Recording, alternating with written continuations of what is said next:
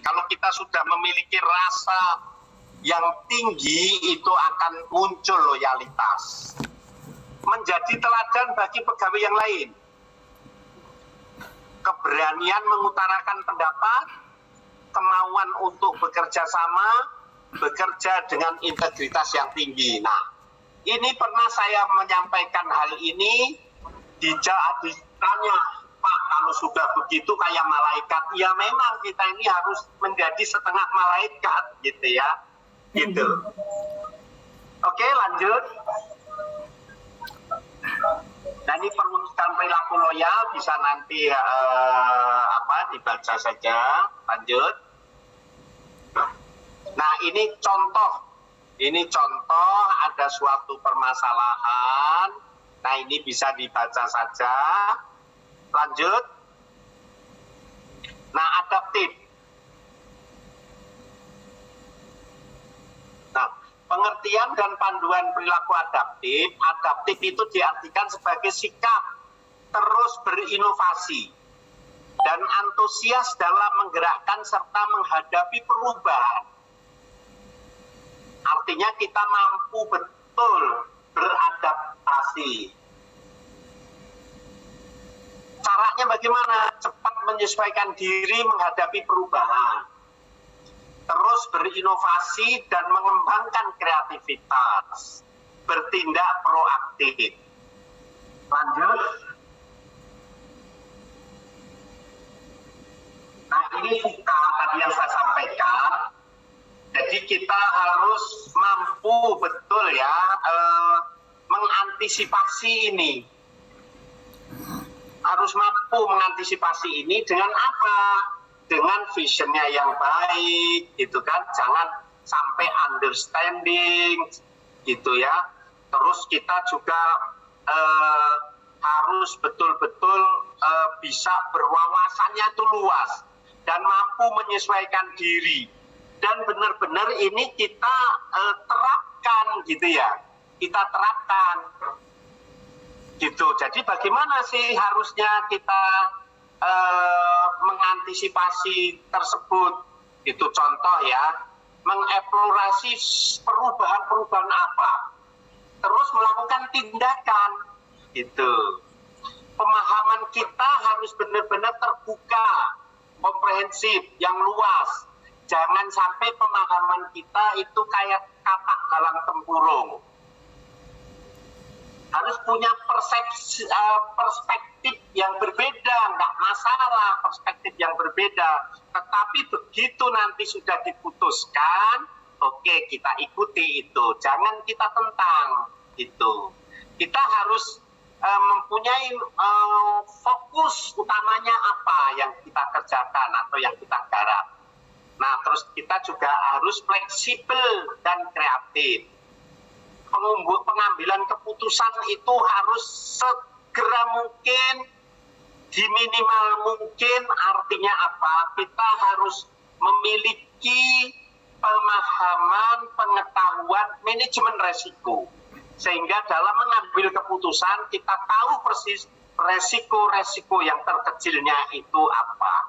Terus kita harus dituntut untuk berinovasi. Nah, itulah sebenarnya kita menghadapi VUCA. Gitu. Karena VUCA ini sebenarnya susah kita maintenance, susah kita prediksi. Karena VUCA itu adalah ini dari eksternal, ya, dari eksternal. Eksternal itu kita tidak bisa tahu seperti apa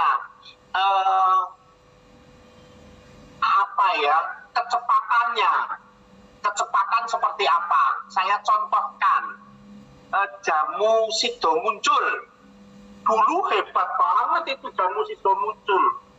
Dia karena tidak mengantisipasi adanya kecepatan perubahan, tuntutan pasar, kemauan seperti apa, sehingga dia ketinggalan. Gitu. Nah, contoh seperti itu. Mohon maaf kalau contohnya keliru ya. Lanjut.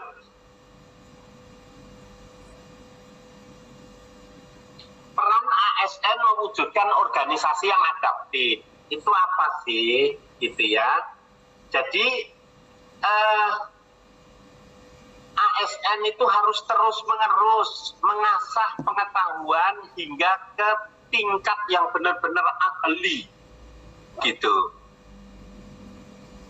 ASN harus terus-menerus berkomunikasi hingga memiliki pemahaman yang sama terhadap suatu visi yang akan dicapai bersama.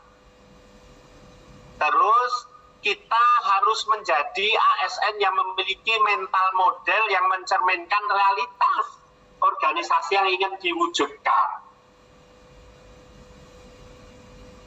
Terus kita harus bersinergi dalam melaksanakan kegiatan untuk mewujudkan visi organisasi. Tidak bisa kita ini untuk mencapai visi itu kita tidak bekerja sama dengan orang lain, tidak bersinergi, ada benturan-benturan. Itulah yang sebenarnya bagaimana kita untuk mewujudkan organisasi yang benar-benar adaptif. Tentunya itu juga organisasi yang adaptif itu yang agile, gitu ya, harapannya seperti itu. ASN harus selalu tuh berpikir yang sistemik, jangan berpikir yang terkotak-kotak, yang berpikir sesaat, harus sistemik, punya gambaran besar, tidak seperti kata mata kuda, gitu ya, hanya itu saja. Misalkan begini, Pak dulu seperti ini, Pak dulunya seperti ini, Pak dulunya seperti ini. Ya nggak usah seperti itu. Zaman itu berubah. Zaman ada orangnya, orangnya berubah. Artinya masa itu berubah. Orang ada masanya, masa ada orangnya. Nah seperti itu. Itulah kebijakan-kebijakan nanti begitu ditarik. Ada yang namanya kebijakan politis, ada yang namanya kebijakan strategis, ada yang namanya kebijakan yang sifatnya reguler. Lanjut.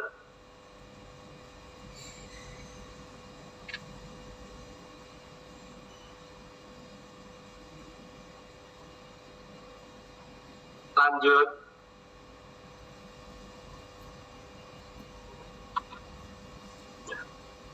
Perwujudan perilaku adaptif ini bisa dibaca. Lanjut. Nah, kolaboratif. Lanjut. Nah, pengertian kolaboratif itu apa sih? Sebenarnya kolaboratif pada berakhlak diartikan sebagai membangun kerjasama yang sinergi. Caranya seperti apa? Memberi kesempatan kepada berbagai pihak untuk berkontribusi. Nah, kolaborasi itu arah dari reformasi birokrasi tahap yang ketiga ini. Itu benar-benar sudah kolaborasi, kontribusi. Jadi masyarakat itu seharusnya juga diajak untuk menyusun rencana program. Ya, diajak menyusun rencana program. Artinya, waktu kita membuat rencana jangka panjang, itu masyarakat sudah terlibat, stakeholder itu terlibat. Nah, kalau di PUPR khususnya Bina Marga, siapa saja yang harus terlibat? Itu ya. Kalau di jalan nasional tentunya yang harus terlibat itu pemerintah daerah, BUMN, BUMD kalau sudah mampu, kontraktor, konsultan perencana, konsultan